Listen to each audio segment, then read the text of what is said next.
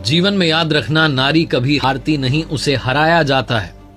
लोग क्या कहेंगे ये कहकर के बचपन से डराया जाता है। आज आप जब स्कूल में पहुंचते हैं तो good morning sir, good morning ma'am कहते हैं, लेकिन आज मैं जिनके बारे में बात करने जा रहा हूं, अगर वो नहीं होती तो शायद आप सिर्फ गुड मॉर्निंग सर ही कह रहे होते, क्योंकि मैम होती नहीं। भारत की पहली महिला शिक्षिका सावित्री बाई फुले जी के बारे में आज के इस वीडियो में बात करते हैं। मेरा नाम है आरजे कार्तिक, आप देख रहे हैं लर्निंग सीरीज सीखोगे नहीं तो जीतोगे कैसे। 1831 का साल था, जनवरी का महीना, 3 तारीख जन्म हुआ सावित्री बाई फुले जी का, जो कि देश की पहली महिला शिक्षिका बनी। महाराष्ट्र के पुणे में एक दलित परिवार में उनका जन्म हुआ। उनके फादर का नाम खंडोजी नेवसे था और माताजी का नाम लक्ष्मीबाई था। मात्र 9 साल की उम्र में उनकी शादी करा दी गई। उनके बचपन का एक किस्सा है कि वो अंग्रेजी किताब को पढ़ने की कोशिश कर रही थी। उनके पिताजी खंडोजी ने देख लिया और वो किताब के पन्ने फाड़ करके फेंक दिए और उन्हें समझाया कि बेटा, हम जिस जाति में पैदा हुए हैं, हमें पढ़ने लिखने का अधिकार नहीं है। तब से सावित्री बाई के मन में शिक्षा को लेकर के एक नई आग जल चुकी थी। वो चाहती थी कि बहुत पढ़ूं और बाकी जितनी मेरी साथ की बालिकाएं हैं, बच्चियां हैं, उनको भी पढ़ाऊं। इसी थॉट के साथ में वो ससुराल में पहुंच चुकी थी, जिनसे उनकी शादी हुई, जिन्हें बाद में महात्मा की उपाधि मिली, ज्योतिराव फुले जी। ज्योतिबा, जब उन्हें मालूम चला कि उनकी पत्नी जो है पढ़ना लिखना चाहती हैं, तो उन्होंने भी उनका साथ दिया। अब घर में तो पढ़ा नहीं सकते थे क्योंकि माहौल ऐसा नहीं था, तो खेत में जहां ज्योतिबा काम करते थे, जब सावित्री जी पहुंचती थी खाना लेकर के, तो तब उन्हें दिन में पढ़ाते थे। लेकिन ये बात कितने समय के लिए छुपती। जैसे ये बात घर वालों को, ससुराल वालों को मालूम चली, दोनों को घर से बाहर निकाल दिया गया। इनकी जीवन यात्रा एक अद्भुत यात्रा है और आज 5 लर्निंग नहीं बल्कि सिर्फ एक बात सिखाना चाहता हूं इनकी कहानी को सुना करके, कि जीवन में जो आप ठान लें उसे कर सकते हैं। बस शर्त यह है कि क्या आप वाकई में उस मंजिल तक पहुंचना चाहते हैं। तो आइए सावित्री बाई फुले जी की कहानी को आगे बढ़ाते हैं। ससुराल वालों ने घर से बाहर निकाल दिया था, घर तो छोड़ दिया था, लेकिन इस कपल ने, इस दंपत्ति ने समाज कल्याण के काम नहीं छोड़े थे। ज्योतिबा के मित्र थे उस्मान शेख, उनके घर में इन्होंने शरण ली।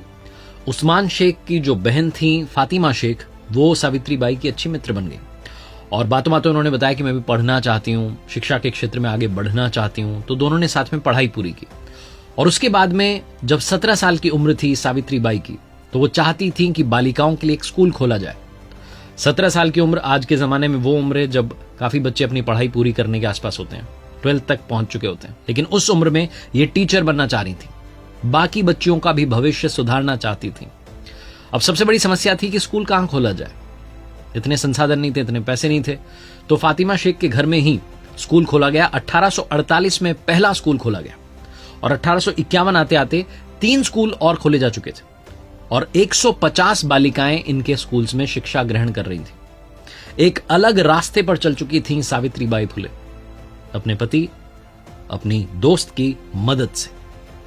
बताया जाता है, कहा जाता है कि जब ये स्कूल पढ़ाने के लिए जाती थीं, तो बाकी समाज के लोग, जिनको अच्छा नहीं लगता था कि भाई पिछड़े वर्ग के लोग भी पढ़ रहे हैं, बच्चियां पढ़ रही हैं, क्योंकि महिला शिक्षा के बारे में कोई बात करता नहीं था, तो इन पर सड़े टमाटर फेंके जाते थे, कीचड़ उछाला जाता था, स्कूल जाते आते साड़ी गंदी हो जाती थी। तो एक दिन इनके पति ने इनको सजेस्ट किया, ज्योतिबा ने, कि आप 2 साड़ी रखिए, एक मैली साड़ी पहन के जाइए, एक अच्छी साड़ी बैग में रख के ले जाइए, वहां जाकर चेंज कर लीजिए। तो कुछ दिनों तक ऐसा करती रही, लेकिन कब तक ये चलता। एक दिन एक आदमी आकर खड़ा होकर कहने लगा सावित्री बाई को कि अगर आपने बंद नहीं किया तो मुझसे बुरा कोई नहीं होगा। और बहुत अनाप शनाप बातें कर रहा था, उल्टा सीधा बोल रहा था। बहुत सारे लोग देख रहे थे आसपास, लेकिन आ नहीं रहे थे बचाने के लिए। बीच में कोई पढ़ नहीं रहा था। वो कहते हैं ना, जब कोई नहीं आता तो फिर आपको अपनी आवाज खुद को बुलंद करनी होती है। सावित्री बाई आगे बढ़ी और बढ़कर के उस आदमी को जोर का तमाचा लगा दिया। उस दिन के बाद से लोगों ने इन पर कीचड़ फेंकना, सड़े टमाटर फेंकना बंद कर दिया। सुगनाबाई नाम की महिला का भी इनको भरपूर साथ मिला और शिक्षा का जो आंदोलन था उसमें सुगनाबाई भी इनके साथ हो चली और बालिकाओं की शिक्षा के लिए इन्होंने पूरे देश में एक अलग आवाज उठा दी। 18वीं शताब्दी एक ऐसी शताब्दी थी जिस समय भारत में बहुत सारी कुरीतियां जो थी वो फैलती चली जा रही थी। एक ऐसी कुरीति थी कि अगर कोई महिला विधवा हो जाती थी तो उसके बाल काट दिए जाते थे, उसे अलग रहना होता था, समाज उसका बहिष्कार कर देता था। एक तरफ तो उसे अलग कर दिया जाता था, लेकिन दूसरी तरफ दोगलापन यह था कि ऐसी महिलाओं का यौन शोषण भी होता था। और जब वो गर्भवती हो जाती थी तो लोक लाज बचाने के लिए, इज्जत बचाने के लिए उनके पास में आत्महत्या करने के अलावा कोई चारा नहीं बचता था। सावित्री बाई फुले जी ने महिला शिक्षा के लिए तो काम किया ही, लेकिन ऐसी जो कुरीतियां थी इनको मिटाने के लिए भी भरपूर प्रयास किया।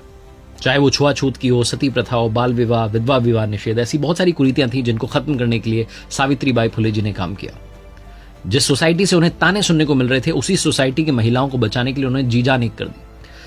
एक दिन एक विधवा महिला जो थी वो गर्भवती हो चुकी थी और इसी डर से, लोकलाज के डर से, वो इज्जत बचाने के डर से आत्महत्या करने जा रही थी। उसका जीवन बचाया सावित्रीबाई फुले जी ने, और जिस बच्चे को उस महिला ने जन्म दिया उसे सावित्रीबाई फुले ने अपना दत्तक पुत्र माना और अपने साथ रखा, अपना बेटा मानकर उसे जीवन में आगे बढ़ाया। उस बेटे का नाम यशवंत राव रखा गया, जो कि आगे चलकर के डॉक्टर बने और उन्होंने भी समाज कल्याण के लिए बहुत सारे काम किए। सावित्रीबाई फुले जी किस तरीके से कुरीतियों को मिटाना चाहती थी, आपको इस छोटे से एग्जाम्पल से समझ में आएगा। उन्होंने अपने घर में कुआं खुदवा दिया था और उस कुएं का पानी कोई भी आकर के पी सकता था, क्योंकि ये वो जमाना था जब नीची जाति के लोगों को अगर उनकी छाया भी पड़ जाती थी तो एक घृणा के तौर पर देखा जाता था। पीने के पानी तक का जिनको अधिकार नहीं था, उन जाति के लोगों के लिए भी अपने घर में कुआं खुदवा दिया था सावित्रीबाई फुले ने, और वो कह रही थी कि कोई भी वर्ग का, किसी भी जाति का व्यक्ति आकर के यहां पानी पी सकता है।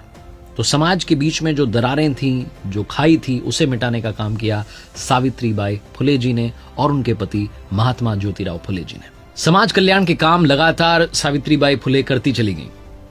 18वीं शताब्दी खत्म होने को आई थी। साल था 1897। दुनिया में एक महामारी फैल चुकी थी, प्लेग नाम की, जो इंडिया में पहुंच चुकी थी। और ये जो प्लेग फैला था, तो इससे लोग बीमार ना हों, लोग बचे रहें, वो जल्द स्वस्थ हों, इस काम में सावित्रीबाई फुले और उनकी फैमिली लग चुकी थी। सावित्रीबाई के जो बेटे थे यशवंत राव, जो कि डॉक्टर बन चुके थे, उन्होंने क्लिनिक इसी काम के लिए खोल दिया था। सावित्रीबाई का काम था कि वो रोगियों को वहां तक लेकर के जाती थी, बाकी का काम उनके बेटे जो थे वो देखते थे।